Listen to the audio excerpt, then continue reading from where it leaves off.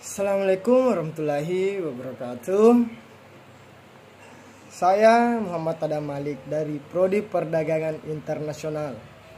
Saya akan mempresentasikan materi saya yang berjudul Pemikiran Ekonomi Merkantilis dalam Era Globalisasi, Relevansi dan Implikasinya terhadap Kondisi Ekonomi Global. Ya, tanpa berlama-lama, kita langsung saja masuk ke materinya. Yang pertama itu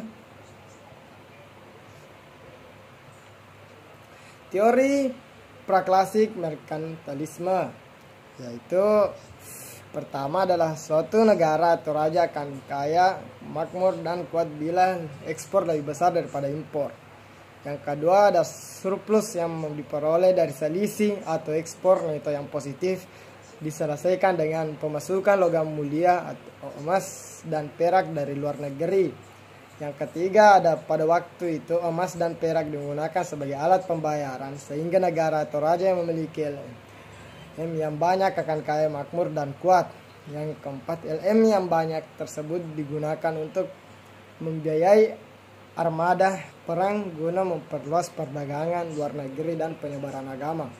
Yang kelima, penggunaan armada perang untuk memperluas perdagangan luar negeri diikuti dengan kolonisasi di ala Amerika Latin, di Afrika dan Asia pada abad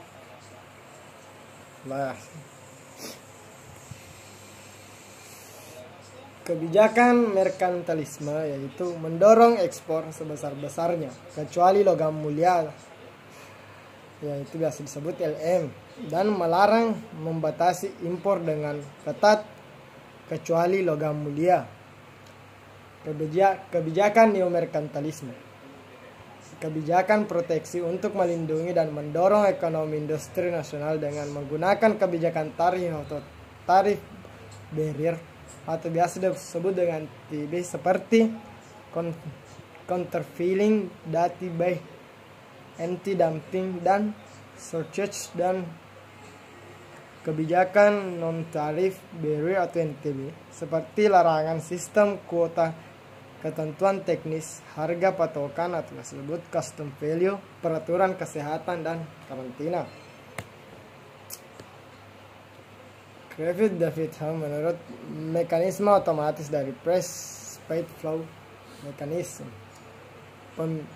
pikiran pokok dari merkantilisme bahwa negara atau raja akan kaya bila sehingga logam mulia yang dimiliki akan banyak. Artinya kekayaan kemakmuran negara identik dengan jumlah LM yang dimilikinya. LM pada waktu itu digunakan sebagai alat pembayaran. Segala yang banyak ini berarti jumlah yang beredar adalah money supply. Banyak bila uang beredar banyak, sedangkan produksi tetap akan terjadi inflasi. Kenaikan harga di dalam negeri tentu akan menaikkan harga barang-barang ekspor, sehingga kuantitas ekspor akan menurun. Naiknya jumlah uang yang beredar yang diikuti dengan inflasi di dalam negeri rendah, sehingga kuantitas impor meningkat. Hal ini akan akibatnya LM akan menurun. Dengan menurunnya LM berarti negara atau raja menjadi miskin karena LM identik dengan kekayaan atau kemakmuran. Teori klasik absolute advantage dari Adam Smith berdasarkan follow mechanism dari David Hume. Adam Smith mengkritik aliran merkantilisme. 1. Ukuran kemakmuran suatu negara bukanlah ditentukan oleh banyaknya LM yang dimilikinya. Yang kedua, kemakmuran suatu negara ditentukan oleh besarnya gross domestic product, atau biasa disebut GDP, sumbangan perdagangan luar negeri terhadap pembentukan GDP negara tersebut. Untuk meningkatkan GDP dan perdagangan luar negeri, maka pemerintah harus mengurangi campur tangannya sehingga tercipta perdagangan bebas atau free trade. Dengan adanya free trade, maka akan menimbulkan persaingan atau competition yang semakin ketat. Hal ini akan mendorong masing-masing negara untuk melakukan spesialisasi dan pembagian kerja internasional dengan berdasarkan kepada keunggulan absolut untuk absolute advantage yang dimiliki masing-masing negara. Yang kelima, spesialisasi dan pembagian kerja internasional yang berdasarkan pada absolute advantage akan memacu peningkatan produktivitas dan efisiensi sehingga terjadi peningkatan GDP dan perdagangan luar negeri. 6. Peningkatan GDP dan perdagangan internasional ini identik dengan peningkatan kemakmuran suatu negara.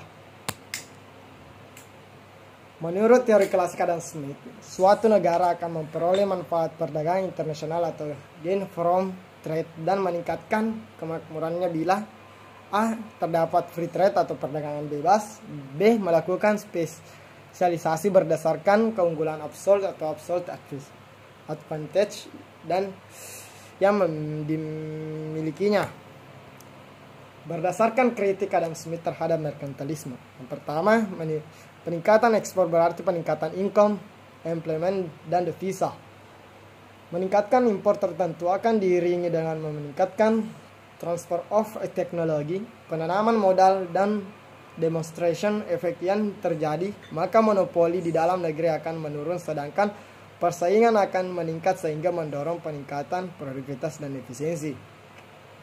Peningkatan produktivitas dan efisiensi terjadi, maka harga barang menjadi lebih murah dan kualitas serta pelayanan servis akan lebih baik sehingga daya saing produk dalam negeri akan meningkat.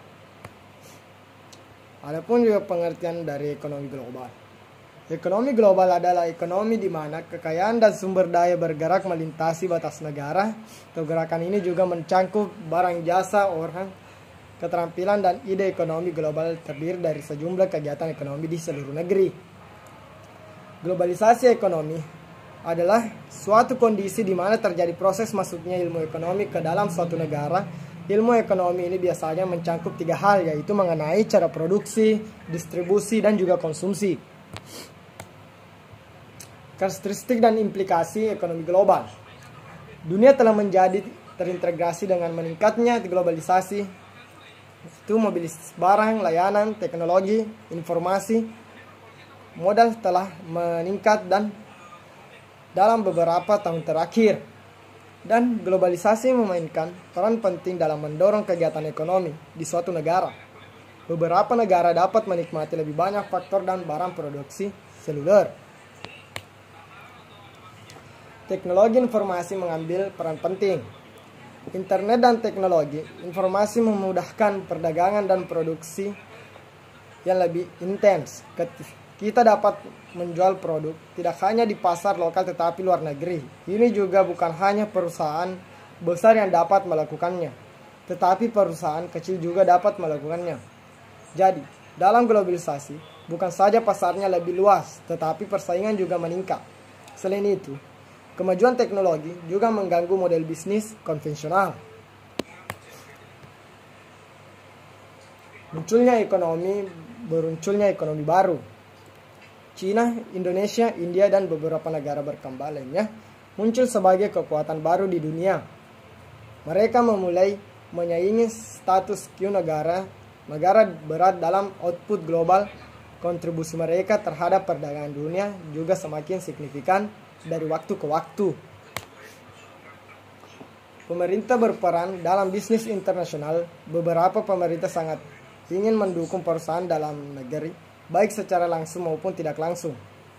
Banyak perusahaan milik negara mulai melakukan ekspansi ke luar negeri. Munculnya sovereign wealth funds, biasa disebut SWV, juga mewakili peran pemerintah dalam bisnis global. Banyak SWV berinvestasi berbagai perusahaan di luar negeri untuk memberi manfaat bagi ekonomi dan warga negara. Rantai nilai global yang berkembang.